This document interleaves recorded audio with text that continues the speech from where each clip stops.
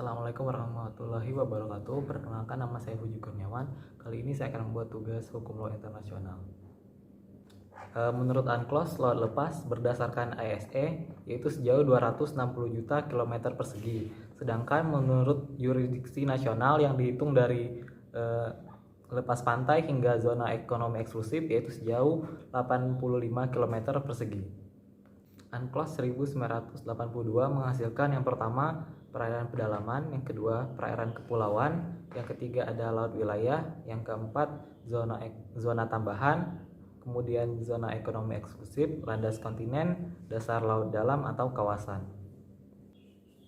Ketentuan mengenai high sea dalam UNCLOS yaitu laut di luar yurisdiksi nasional akan dianggap sebagai laut lepas atau laut bebas dengan prinsip laut sebagai warisan seluruh umat manusia.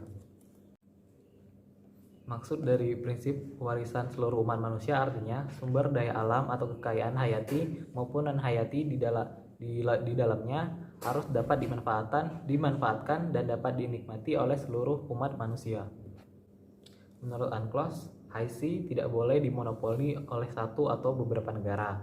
Artinya, suatu negara tidak boleh menuntut atau berdaulat di atas bagian dari kawasan dasar laut internasional atau kekayaan alam yang terkandung di dalamnya. Selain itu, tidak boleh melaksanakan kepemilikan salah satu bagian dari kawasan tersebut.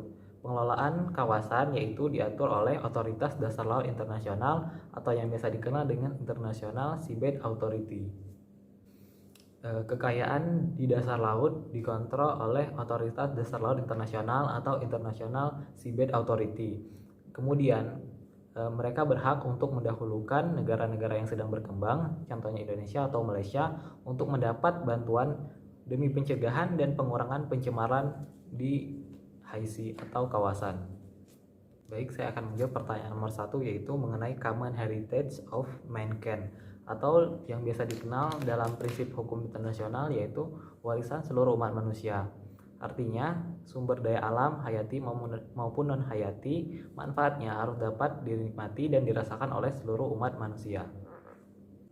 Baik, saya akan menjawab soal nomor 2 yang pertanyaannya yaitu seandainya besok Indonesia akan melakukan eksploitasi minyak di kawasan apakah diperkenankan?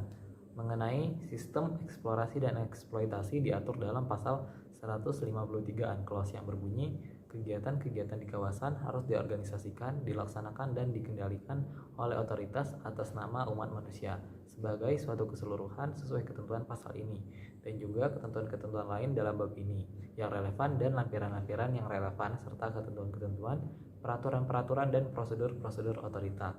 Jadi, apabila Indonesia ingin melakukan eksploitasi minyak di kawasan, hal ini diperbolehkan, namun harus dengan persetujuan dari Otoritas Dasar Laut Internasional atau yang biasa kita kenal dengan International Seabed Authority.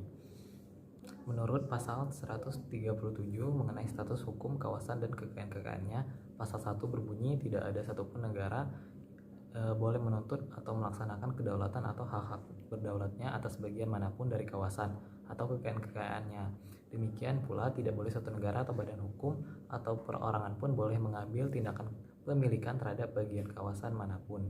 Tidak satupun tuntutan atau penyelenggaraan kedaulatan atau hak-hak berdaulat ataupun tindakan kepemilikan yang demikian akan diakui. Pasal 2 berbunyi segala hak terhadap kekayaan di kawasan ada pada umat manusia sebagai suatu keseluruhan yang atas nama siapa otorita bertindak.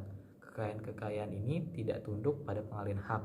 Namun demikian, mineral-mineral yang dihasilkan dari kawasan hanya dapat dialihkan sesuai dengan ketentuan bab ini dan ketentuan-ketentuan, peraturan-peraturan, dan prosedur-prosedur otorita. Pasal 3, tidak satu negara, badan hukum, atau perorangan pun boleh menuntut, memperoleh, atau melaksanakan hak-hak pertalian dengan mineral-mineral yang dihasilkan dari kawasan, kecuali apabila dilakukan sesuai dengan ketentuan bab ini. Apabila tidak demikian, maka tidak satupun juga tuntutan, perolehan, atau pelaksanaan hak demikian akan diakui. Sekian tugas hukum laut internasional ini saya buat. Saya rasa memang banyak kekurangan yang terdapat di dalamnya, tapi saya sudah berusaha semaksimal mungkin. Apabila ada kekurangan saya mohon maaf. Sekian pembuatan tugas ini. Saya ucapkan wassalamualaikum warahmatullahi wabarakatuh.